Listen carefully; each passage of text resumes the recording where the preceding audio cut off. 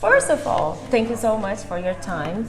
Me and my husband, we really are a big fan. When we first moved, because he's Irish, I'm half Irish, I'm Brazilian. And when we first moved to UK, actually, we started to watch, and we do not watch television at all nowadays. Okay. But when it's not religion, anything, we just don't. But it's not as embarrassing as put you off. Yeah, no. But it's just like. What I like about the way the program are and the way you are is something I don't know if people notice about well, I think a lot of people lack nowadays is just listen. I think one of the reasons that you might be successful as a doctor as well is because you listen to people, and that's one thing that I was always seeing you doing and I was attracted to. And it's important because nowadays, you know, years ago I worked with a brilliant doctor and he said two things. He said patients often think that a good doctor is somebody who does lots of tests, you know, and lots of investigations. But he said actually a good doctor should have a pretty good idea of what's going on before they even touch the patient. And the other thing he would say on the back of that, he said, listen to the patient, they'll give you the diagnosis. Yeah. And it's so true. And I think sometimes in general practice, some of my colleagues, they're so time conscious because we are, we pressurised for time, that they kind of interject very quickly. My experience is if you just let people talk, very few people will continue without taking a natural pause for more than a minute or two. But actually, if you leave them to say all of that, they're probably going to be giving you some really useful information. And if you interject, you might miss that one part of their story that gives you the clue that you're looking for.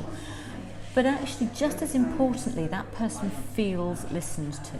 Yeah. And if you jump across somebody and make a diagnosis very quickly, even if you're right, that patient's journey will be less satisfactory for them, because always in the back of their head they'll be thinking, but how does she know, because I didn't tell her about this or that or this. So I think listening is a massive part of being a doctor.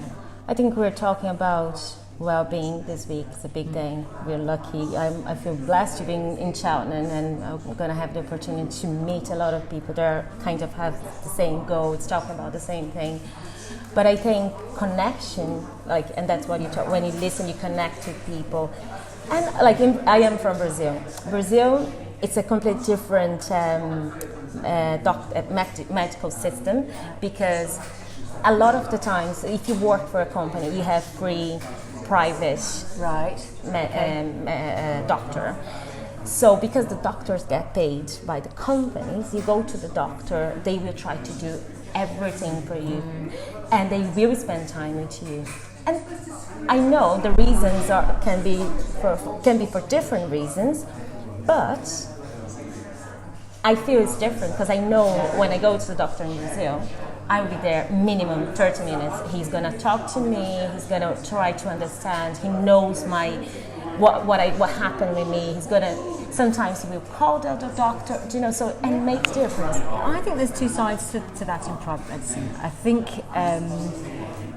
because people are insured or self-funding, you've got a freedom that we may not have in the NHS, that you can do any test you want to reassure the patient. But actually there is also the flip side, and I think in private practice there is often from the medic's point of view an anxiety about being sued, so medical legal. So actually you're much more likely to have every test known to man just to make sure that we don't miss anything, whereas we have to be a little bit more directed, I think, in the NHS, and a bit more, it's a balance. You don't want to miss anything, but at the same time you don't want to be wasting NHS money by doing a lot of tests that aren't necessary. So it's a double-edged sword. I would dearly love, I remember doing a little stint in private general practice and talking to a friend of mine who's renowned for being a little bit short and sharp with his patients, and I said, this is amazing, I've got half an hour with my patients. And he said,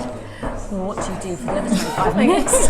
Yeah, come on. But I loved it because actually you get the opportunity to really give that patient time to examine them thoroughly, and more often than not, with a prolonged appointment like that, it is easier to reassure somebody and actually possibly let them go without a prescription because they feel confident that you're not giving them a script knowing that everything's been done thoroughly. Yes, absolutely.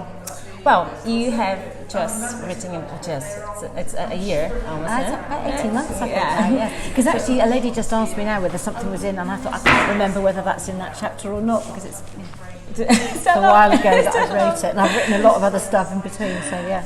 But I love the story that you just told us at the talk, and I'm sure in the book that many lovely ones. I met some great people. I can only imagine because that's something that I meet here. Talk about different countries. Here I meet so many interesting different people with different stories.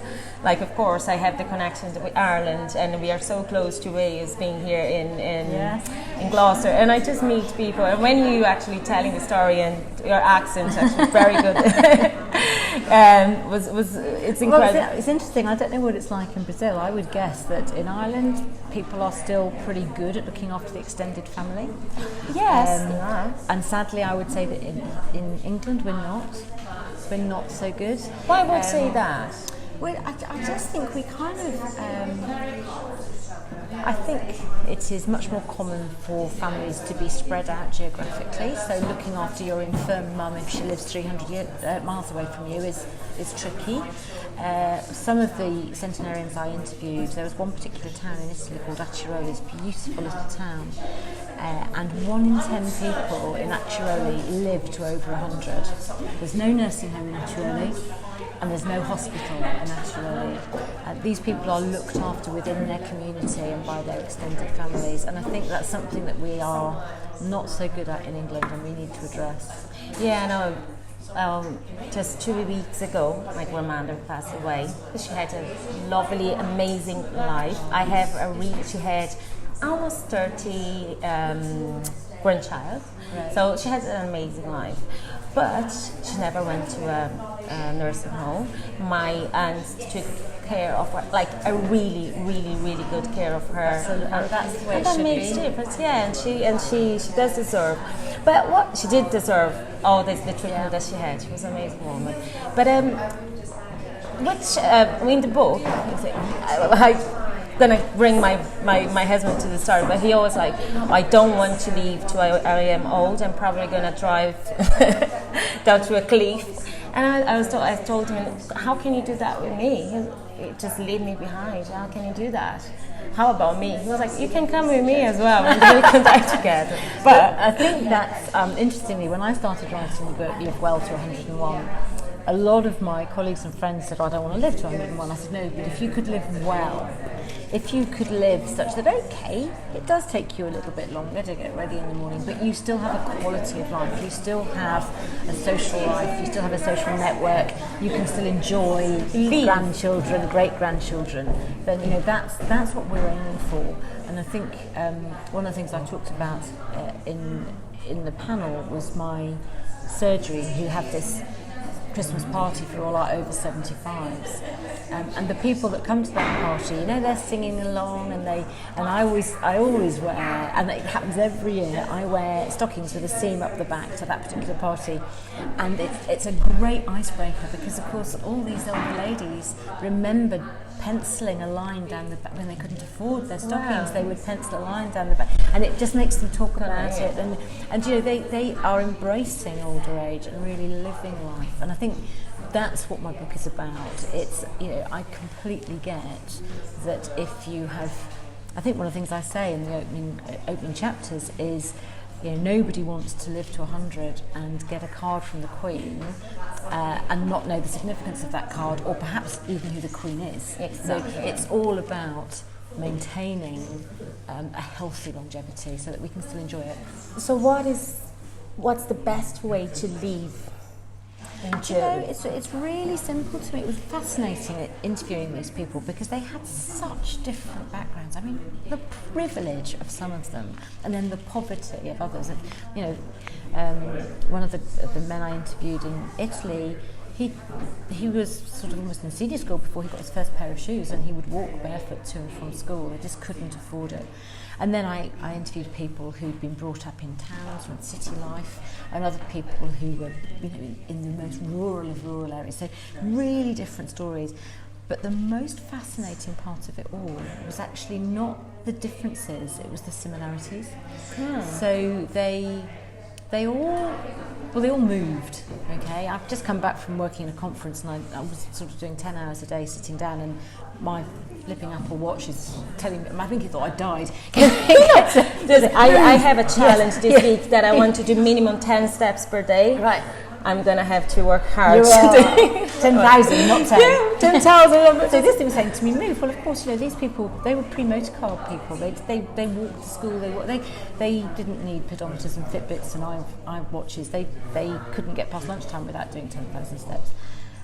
They were brought up before fast food chains, so they ate seasonally and they ate appropriate portion sizes, and they were still cooking from scratch. They weren't just taking something out of the freezer and chucking it in a microwave, or, you know, bringing a takeaway joint.